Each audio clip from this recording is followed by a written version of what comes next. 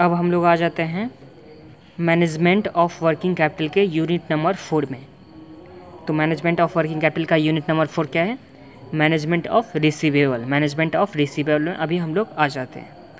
आप लोगों को क्या करना है, वीडियो को ज़्यादा से ज़्यादा शेयर करना है, जिससे मेरा भी फ़ायदा होगा और जिनके साथ आप लोग शेयर करेंगे उनका भी फ़ायदा होने वाला है। तो ये आप लोग को अब आ जाइए, इसमें आ जाइए। Approaches to evaluation of credit policy. तो अप्रोचेज़ यहाँ पे 2 तरह का अप्रोच दे रखा हुआ है। मैनेजमेंट ऑफ रिसीवेबल में 2 तरह का अप्रोच दे रखा हुआ है। फर्स्ट अप्रोच में क्या है कि हम लोग statement showing the evaluation of credit policy based on total approach. First में क्या है, बेस्ड ऑन टोटल अप्रोच है, और दूसरा जो है वो है इंक्रीमेंटल अप्रोच। फर्स्ट में है टोटल अप्रोच, दूसरा क्या है, इंक्रीमेंटल अप्रोच। जैसे सम्स करेंगे तो आप लोगों को अच्छे से क्लियर हो जाएगा, वैसे एक बार यहाँ पे देख लीजिए। ये इसमें कैसे निकालेंगे, टोटल अप्रोच में सबसे पहले क्रेडिट सेल आ जाएगा, फिर total cost other than bad debts. तो total cost other than bad debts हो जाएगा। आगे क्या है, वेरिएबल कॉस्ट फिक्स कॉस्ट से अलग से लिख देंगे, तो हम लोग को आ जाएगा सेल्स माइनस कॉस्ट। तो यहाँ पे अमाउंट आ जाएगा, उसमें से बैड डेब्ट्स को माइनस करेंगे। कैश डिस्काउंट दिए हैं तो कैश डिस्काउंट भी हम लोग माइनस करना है। तो expected net profit before tax आ जाएगा, expected net profit before tax आ जाएगा। ए मतलब credit sale minus B minus C minus D. तो ये तीनों माइनस करने के बाद हम लोग को क्या आ जाएगा, expected net profit before tax less tax करेंगे तो एक्सपेक्टेड प्रॉफिट आफ्टर टैक्स आ जाएगा। तो यहाँ ऐसे हो गया कि सेल्स में से एक्सपेंस माइनस करेंगे, फिर बैड डेब्ट्स अलग से माइनस करेंगे, माइनस कैश एक्सपेंस करेंगे, कैश डिस्काउंट करेंगे माइनस, उसके बाद हम लोग का बिफोर टैक्स आ जाता है profit before tax, minus tax minus करेंगे तो प्रॉफिट आफ्टर टैक्स आ जाएगा। उसके बाद अपॉर्चुनिटी कॉस्ट भी हम लोग को माइनस करना है, अपॉर्चुनिटी कॉस्ट भी माइनस करना है। अपॉर्चुनिटी कॉस्ट में क्या, opportunity cost of investment in receivable locked up in collection period. तो जितना दिन कलेक्शन पीरियड में अपॉर्चुनिटी कॉस्ट जाएगा, मतलब 10 दिन में क्रेडिटर दे रहा है, सॉरी डेटर हम लोग को 10 दिन में दे रहा है। कितना दिन में दे रहा है, 10 दिन में दे रहा है। तो 10 दिन में अगर दे रहा है, अगर डेटर के पास हम लोग नहीं भेजते हैं, कहीं और इन्वेस्ट कर दें, तो हम लोग को तो क्या कुछ ना कुछ इनकम आ जाता, लेकिन डेटर के पास दिए तो उसके वजह से हम लोग का इनकम क्या हो जाता है, कम हो जाता है। तो वो अपॉर्चुनिटी कॉस्ट भी हम लोग कंसीडर करते हैं। जब भी कॉस्ट में या फाइनेंशियल मैनेजमेंट में हम लोग अपॉर्चुनिटी कॉस्ट को कंसीडर करते हैं डिसीजन लेने टाइम में। अब इससे हम लोग को क्या आ जाएगा, नेट बेनिफिट आ जाएगा। नेट बेनिफिट कैसे आ जाएगा, ए से एक्सपेक्टेड प्रॉफिट जो निकाले थे उसमें से माइनस करेंगे अपॉर्चुनिटी कॉस्ट, तो हम लोग को आ जाएगा नेट बेनिफिट। और जिस प्रपोजल में हम लोग का नेट बेनिफिट सबसे ज़्यादा होगा वही प्रपोजल हम लोग एक्सेप्ट करने वाले हैं। तो अब सम्स में आ जाइए, सम्स में आते हैं, उस तरह से करेंगे जैसे सम्स में जैसे जैसे होगा उस तरह से करेंगे तो आप लोगों को समझ में आ जाएगा। इंक्रीमेंटल अप्रोच सम्स में ही आप लोग समझ लेंगे। आ जाते हैं, ये इलस्ट्रेशन नंबर 15 में आ जाइए।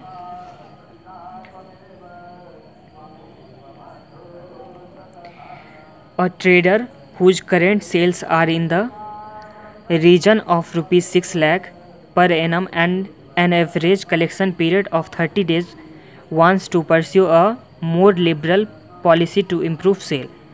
A study made by the management consultant reveals the following information. Credit policy इधर रखा हुआ है, फिर इंक्रीज इन कलेक्शन पीरियड, अगर इंक्रीज किया जा रहा है कलेक्शन पीरियड में तो क्या होगा, फिर इंक्रीज इन सेल कितना हो जा रहा है उसके वजह से, और डिफ़ॉल्ट कितना हो रहा है, मतलब बैड डेब्ट्स कितना इंक्रीज हो जा रहा है, या सिर्फ बैड डेब्ट्स कितना हो जा रहा है वो दे रखा हुआ है।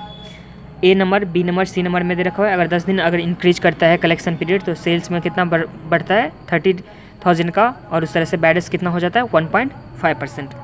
आगे क्या दे रखा हुआ है, the selling price for unit is ₹3, average cost per unit is ₹2.25। तो यहाँ पे एवरेज कॉस्ट है। एवरेज कॉस्ट में क्या होता है, variable cost plus fix cost दोनों मिला के क्या हो जाएगा हम लोग का एवरेज कॉस्ट। तो ये हो गया। आगे क्या है, and variable cost per unit are ₹2। Variable cost हम लोग को दे रखा है, तो हम लोग का इससे क्या निकल के आ जाएगा, finish cost. The current bad debts loss is ₹1%। तो करेंट बैड डेब्ट्स कितना दे रखा हुआ है, 1% दे रखा हुआ बैड डेब्ट्स का percentage. Require return on additional investment is ₹20%। Rupees नहीं यार, क्या रुपीज़ बोल देते हैं बार बार। Required return on additional investment is 20%, तो हम लोग को इन्वेस्टमेंट कितना दे रखा हुआ है, इन्वेस्टमेंट पे कितना रिटर्न आ रहा है, 20% का आ रहा है। आगे क्या करना है, एज्यूम करना है 360 डेज इन अ ईयर, मतलब हम लोग को 360 डेज लेना है ईयर में। Which of the ever policy would you recommend for the adoption, तो हम लोग को कौन सा पॉलिसी रिकमेंड, मतलब हम लोग को कौन सा पॉलिसी एक्सेप्ट करना चाहिए इस कंपनी के व्यू पॉइंट से, वो बताना है। तो इसमें दो तरह का अप्रोच होता है, एक टोटल अप्रोच होता है, एक इंक्रीमेंटल अप्रोच होता है। तो दोनों ही अप्रोच में हम लोग करने वाले हैं।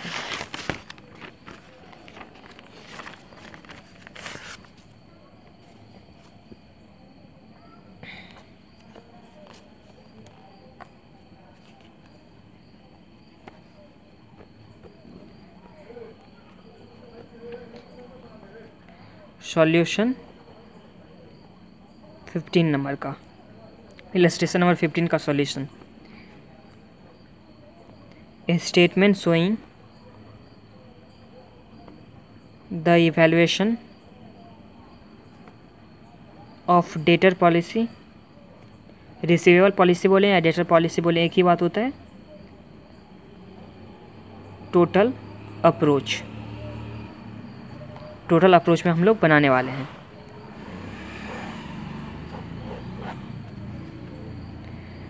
प्रेजेंट पॉलिसी, प्रेजेंट पॉलिसी कितने दिन के लिए दे रखा हुआ था, 30 डेज़ के लिए। प्रेजेंट में हम लोग कितना दिन रिसीवेबल को दे रखा है, 30 डेज दे रहा है। फिर उसके बाद 10 डेज अगर बढ़ा दिए तो ये कितना डेज हो जाएगा, 40 डेज में। फिर 20 डेज अगर बढ़ा दिए तो 30 + 20 50 डेज। फिर 30 + 30 तो 60 डेज, 30 + 45 तो ये 70 डेज। तो ये डिफरेंट सिचुएशन में हम लोग को कितना आने वाला है बेनिफिट, वो निकालेंगे। जिसका बेनिफिट सबसे ज़्यादा होगा वो हम लोग कंसीडर करने वाले हैं। तो ये हो गया हम लोग का डेज में। अब क्रेडिट सेल, सेल कितने का आ रहा है, 6 लाख का करंट में था।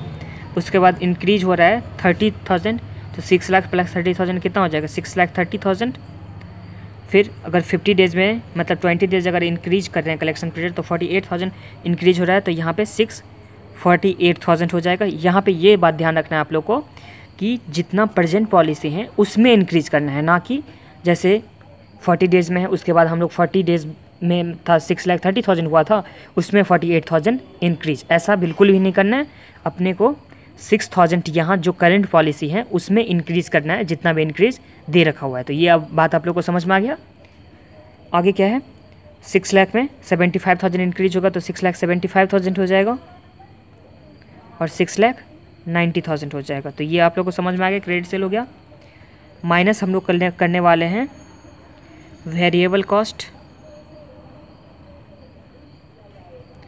तो वेरिएबल कॉस्ट करना है माइनस, माइनस क्या करना है, फिक्स्ड कॉस्ट। तो फिक्स्ड कॉस्ट तो तीन सारे ही कंडीशन में सेम होने वाला है। फिक्स्ड कॉस्ट कैसे निकलेगा, तो 2.25 तो एवरेज कॉस्ट दे रखा हुआ है, 2.25 एवरेज कॉस्ट दे रखा हुआ है, जिसमें वेरिएबल कॉस्ट कितना है, 2 है, तो -2 कर दिए, इनटू 6 लाख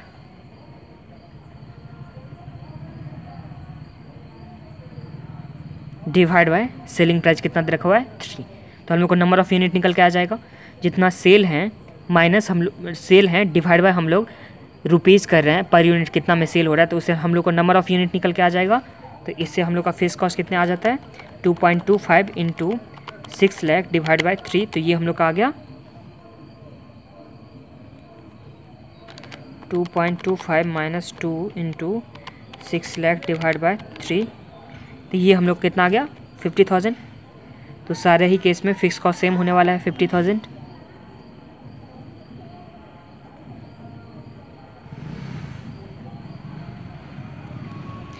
अब वेरिएबल कॉस्ट कैसे निकालेंगे, तो वेरिएबल कॉस्ट तो दो दे रखा हुआ है इनटू नंबर ऑफ़ यूनिट। तो नंबर ऑफ़ यूनिट कितना निकल के आएगा, तो यहाँ पे सेल्स जितना भी होगा divide by per unit sale का प्राइस जितना भी है, तो सेलिंग प्राइस, तो सेलिंग प्राइस कितना है, 3 है, तो ये 3 कर देंगे। फर्स्ट केस में कैसे, तो 6 लाख इंटू 2 डिवाइड बाय 3। तो हम लोग का फर्स्ट केस में कितना आ गया, 40,000 का वेरिएबल कॉस्ट, सॉरी 4 लाख का। सेकेंड केस में 6,30,000 इंटू 2 डिवाइड बाई 3, तो ये हम लोग का आ गया 4,20,000। इसी तरह से बना लीजिए आप लोग।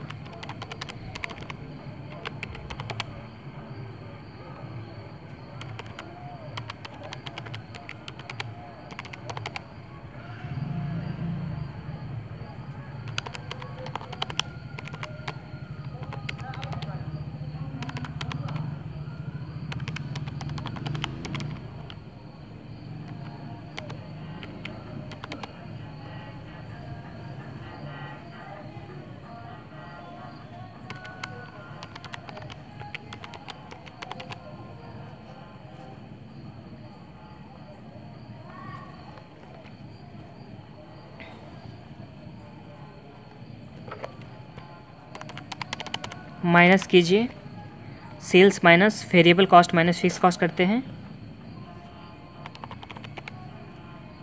तो यहाँ आ गया 1,50,000 और बाकी आप लोग खुद से कीजिए।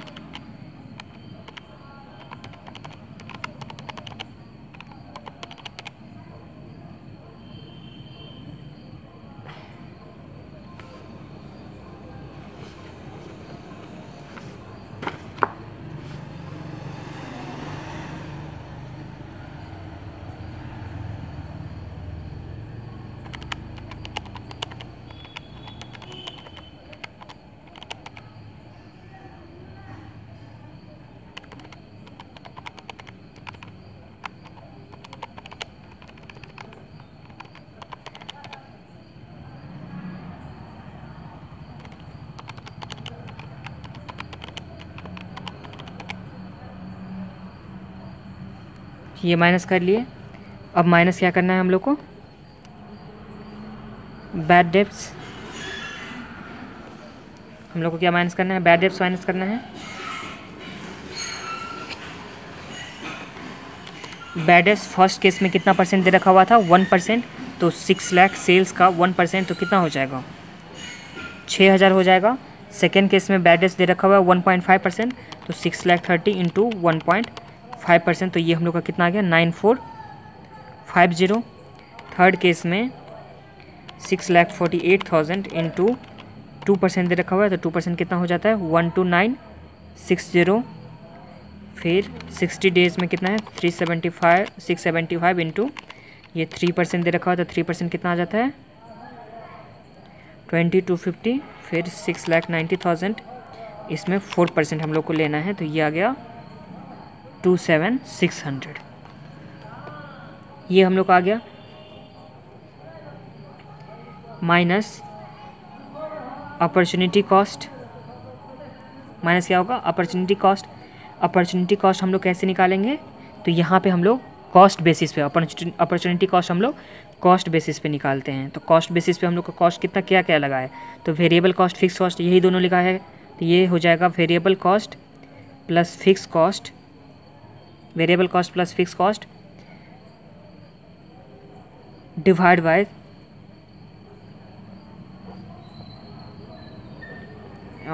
इनटू करते हैं, कितना परसेंट था हम लोग का दे रखा हुआ, रिटर्न कितना दे रखा हुआ था, 20%, इनटू नंबर ऑफ डेज,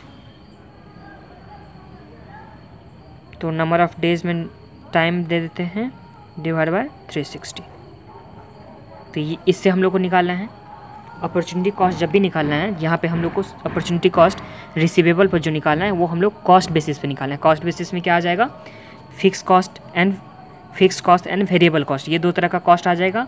इस पे कितना परसेंट रेट है, कितना परसेंट रेट है, और कितना दिन के लिए हम लोग इन्वेस्ट कर रहे हैं, मतलब कितना दिन रिसीवेबल का पीरियड है दे रखा हुआ है, वो उससे हम लोग मल्टीप्लाई करेंगे। तो फर्स्ट केस में कितना हो जाएगा, 4,50,000, 4 लाख प्लस 50,000, तो 4,50,000, जिसका 20% इंटू टाइम फर्स्ट केस में कितना दे रखा, 30 डेज, डिवाइड बाय 360 डेज हम लोग को ईयर में लेना है।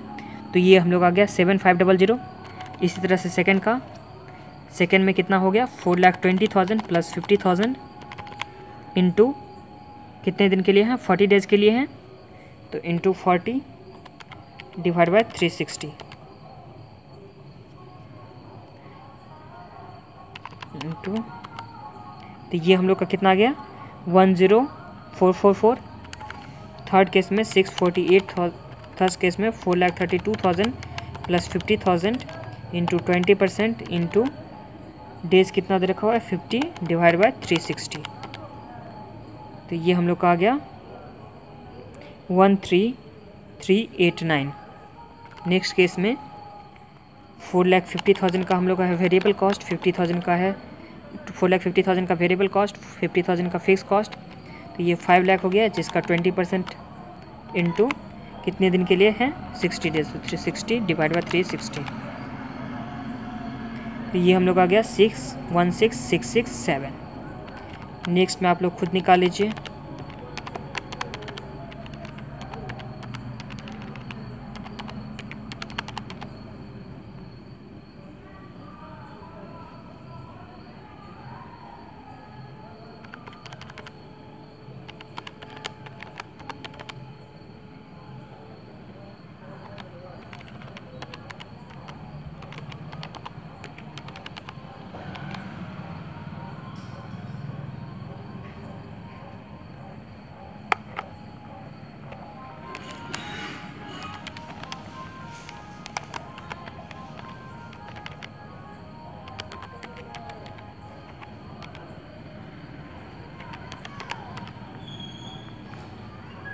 टू 1250।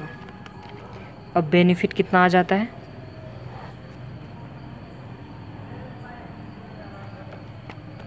तो 1,50,000 माइनस 1,50,000 माइनस 6,000 माइनस 7500, तो ये हम लोग का आ गया 1,36,500। सेकेंड केस में 1,60,000 माइनस 9450 माइनस 10,444, तो 140,106। थर्ड में 166,000 माइनस 12,960 माइनस 1389, तो ये आ गया 139,651।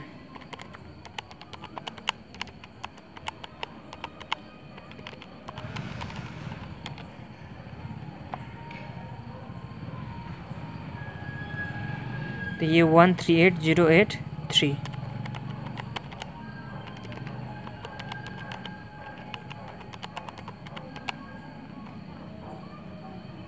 वन 131,150।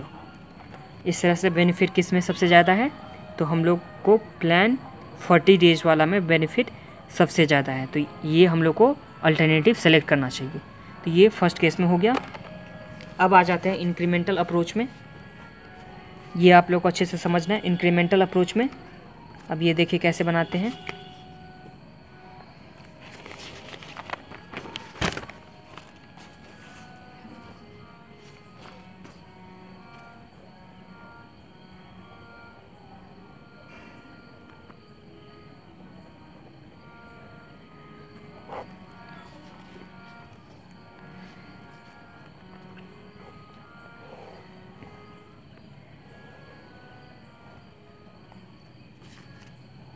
यहाँ इंक्रीमेंटल अप्रोच का आप लोग को दो बार देखना है, तो आप लोग को सही से समझ में आ जाएगा। सबसे फर्स्ट में क्या है 30 डेज़, फिर क्या था 40 डेज़, फिर था 50 डेज़, फिर था 60 डेज़, लास्ट था 75 डेज़। ये था पॉलिसी। सबसे पहले क्या करेंगे हम लोग, इंक्रीमेंटल क्रेडिट सेल। तो 40 डेज़ में हम लोग का कितना सेल बढ़ गया था 30,000 जो हम लोग को दे रखा हुआ है सम्स में, फिर 48,000, फिर 75,000, फिर 90,000, ये हम लोग का सेल बढ़ गया था। दूसरा वेरिएबल कॉस्ट, वेरिएबल कॉस्ट कितना बढ़ा है, तो फर्स्ट केस में तो हम लोग का था 4 लाख था,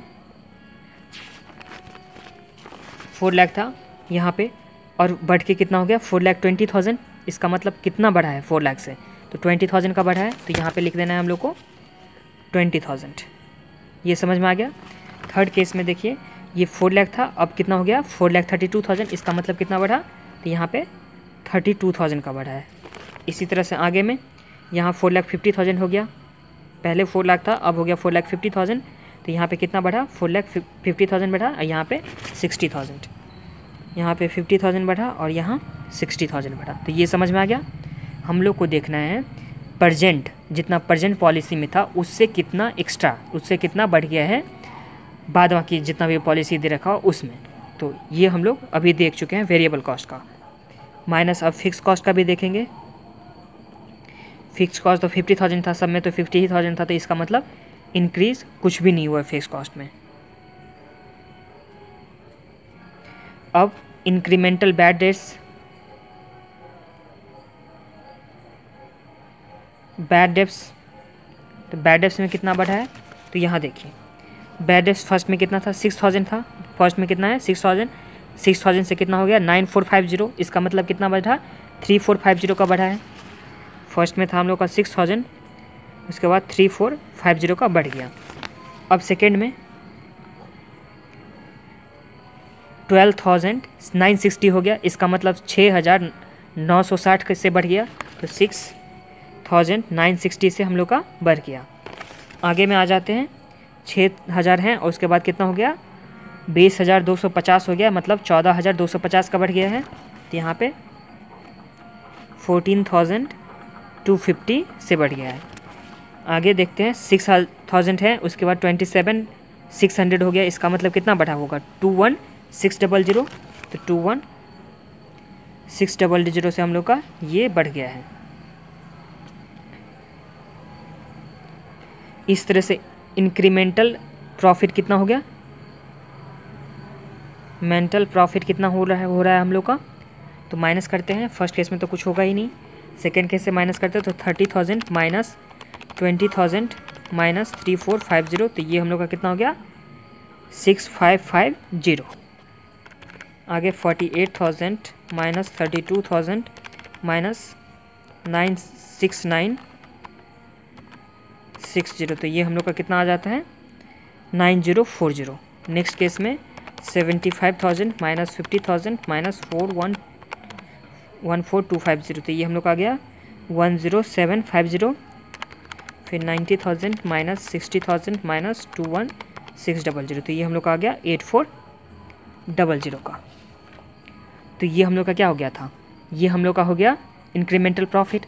अब हम लोग को देखना है इंक्रीमेंटल अपॉर्चुनिटी कॉस्ट कितना होने वाला है, ये अब हम लोग को देखना है।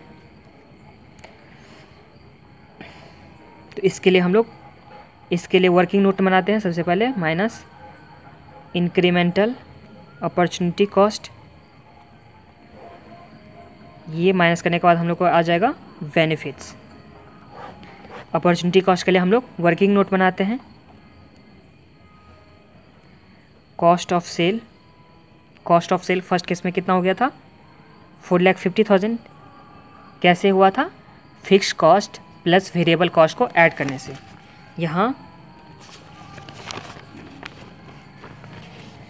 4 लाख था हम लोग का वेरिएबल कॉस्ट, 50,000 क्या था फिक्स कॉस्ट, तो इसी तरह से हम लोग का हो गया था 4,50,000 फर्स्ट केस में। सेकेंड केस में 4,20,000 प्लस 50,000, तो ये कितना हो जाएगा 4,70,000। थर्ड में देख लेते हैं 4,32,000 प्लस 50,000, तो 4,82,000 हो जाएगा, तो ये 4,82,000 हो जा रहा है। नेक्स्ट केस में देखते हैं 4,50,000 प्लस 50,000, तो ये हम लोग का हो जाएगा 5 लाख, तो यहाँ 5 लाख लिख दीजिए। आगे हैं 4,60,000 प्लस 50,000, तो ये 6,10,000 हो जाएगा, सॉरी 5,10,000।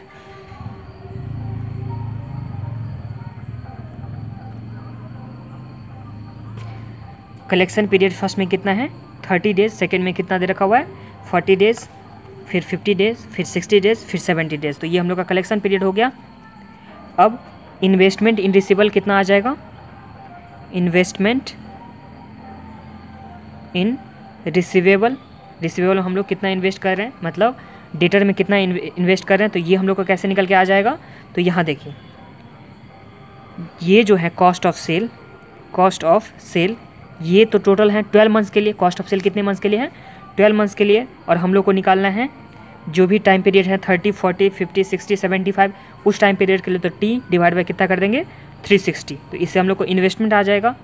इन्वेस्टमेंट निकाल लेते हैं, तो 4,50,000 इंटू 30 डिवाइड बाई 360, तो ये हम लोग का आ जाता है 37,500। इस तरह से सेकंड का निकालते हैं 470 इंटू 40 डिवाइड बाई 360, तो ये हम लोग का आ गया 5222। फिर 4,82,000 इंटू 50 डिवाइड बाई 360, तो ये हम लोग का आ जाता है 66,944। नेक्स्ट में 5 लाख इंटू 60 डेज हैं, 60 डिवाइड बाई 360, तो ये हम लोग का आ जाता है 8,333। फिर 5,10,000 इंटू 75 डिवाइड बाई 360, तो ये हम लोग का आ गया 1,06,250। 1,06,250 का हम लोग का रिसीवेबल आ गया। तो ये तो नॉर्मल रिसीवेबल आ गया। अब इंक्रीमेंटल कितना है, इंक्रीमेंटल, तो यहाँ इसमें कितना इंक्रीज हो गया है, तो फर्स्ट में तो इंक्रीज कुछ भी नहीं, सेकेंड में कितना इंक्रीज हो गया, तो 5,222 माइनस कितना करेंगे 37,500, तो ये हम लोग का इंक्रीज कितना आ गया 14,722। फिर सेकेंड केस में देखना है तो 66,944 से माइनस करना है 37,500, तो ये हम लोग का आ गया 29,444। फिर 8,333 माइनस 37,500, तो ये आता है 45,833। फिर 1,06,250 माइनस 37,500, तो ये हम लोग का आ जाता है 68,750। ये हम लोग का इंक्रीमेंटल आ गया, इंक्रीमेंटल रिसीवेबल। और इन्वेस्टमेंट का रेट कितना है, रेट ऑफ इन्वेस्टमेंट कितना दे रखा हुआ है 20%, तो हम लोग का 20% रेट ऑफ इन्वेस्टमेंट दे रखा है, तो अपॉर्चुनिटी कॉस्ट हम लोग को निकल के आ जाएगा। अपॉर्चुनिटी कॉस्ट इसका 20% हो जाएगा, 20% इंक्रीमेंटल रिसीवेबल इंटू 20% हम लोग का आ जाएगा अपॉर्चुनिटी कॉस्ट।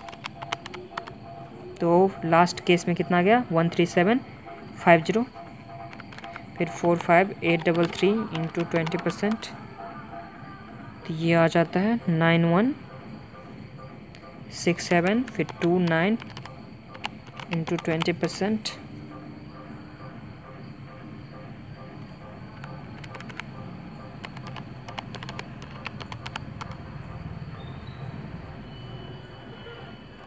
तो ये हम लोग का क्या आ गया अपॉर्चुनिटी कॉस्ट। अब opportunity cost, incremental opportunity cost आ गया, इंक्रीमेंटल अपॉर्चुनिटी कॉस्ट ये माइनस कर देते हैं यहाँ पे 2944, इसमें 5889, इसमें 9167, फिर 13750 माइनस कीजिए 6550 माइनस 2944, तो ये हम लोग आ जाता है 3606। फिर 9040 माइनस 5889, तो 3151 आ जाता है। 10750 माइनस 9167, तो ये 1583 आ जाता है। फिर 8400 माइनस 13750, तो यहाँ निगेटिव में आ जाता है 5350, ये आ गया। अब इस तरह से देखा जाए तो बेनिफिट सबसे ज़्यादा किस में है, तो 40 डेज़ में। इस केस में भी कितना आया 40 डेज़ में सबसे ज़्यादा बेनिफिट मिल रहा है, तो ये सेलेक्ट किया जाएगा, ये अप्रोच को सेलेक्ट कर लिया जाएगा, एक्सेप्ट कर लिया जाएगा। ये हो गया। अब थर्ड में आते हैं, थर्ड में अप्रोच में आते हैं। थर्ड का क्या नाम है, एक्सपेक्टेड रेट ऑफ रिटर्न में। एक्सपेक्टेड रेट ऑफ रिटर्न, आप लोग को इंक्रीमेंटल अप्रोच 2 बार देख लेना है, तो आप लोग को अच्छे से समझ में आ जाएगा। अब आ जाइए एक्सपेक्टेड रेट ऑफ रिटर्न में। तो एक्सपेक्टेड रेट ऑफ रिटर्न के लिए फॉर्मूला क्या होता है, incremental expected profit, incremental expected profit divide by incremental investment, incremental investment in receivable. तो इंक्रीमेंट कितना इन्वेस्टमेंट हुआ है रिसीवेबल में, ये इंटू 100। तो सबसे फर्स्ट में क्या है 40 डेज़ में, 40 डेज़ में प्लान में, तो 40 डेज़ प्लान में इंक्रीमेंटल एक्सपेक्टेड प्रॉफिट हम लोग को कितना आया है, ये 40 डेज़ का प्लान में इंक्रीमेंटल एक्सपेक्टेड प्रॉफिट हम लोग को कितना आ गया था 6550 इंक्रीमेंटल प्रॉफिट में। तो 6550 यहाँ पे लिखे 6550 डिवाइड बाय इंक्रीमेंटल इन्वेस्टमेंट कितना आया था, तो इंक्रीमेंटल इन्वेस्टमेंट हम लोग का आ गया था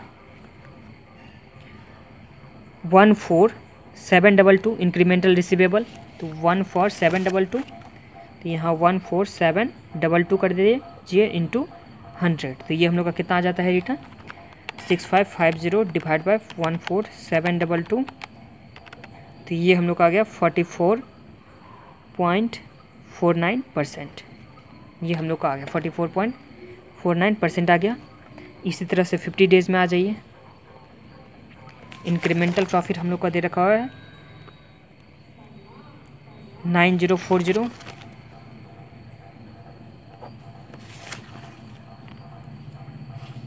2944,